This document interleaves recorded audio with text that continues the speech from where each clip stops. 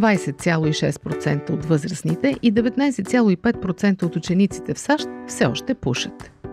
Тютюнът е причина номер 2 за преждевременна смърт. Убива повече от 400 000 души годишно и струва $193 милиарда на американската икономика в здравеопазване и загуба на производителност. А нарастващата популярност на бездимните тютюневи изделия сред тинейджерите е тревожна.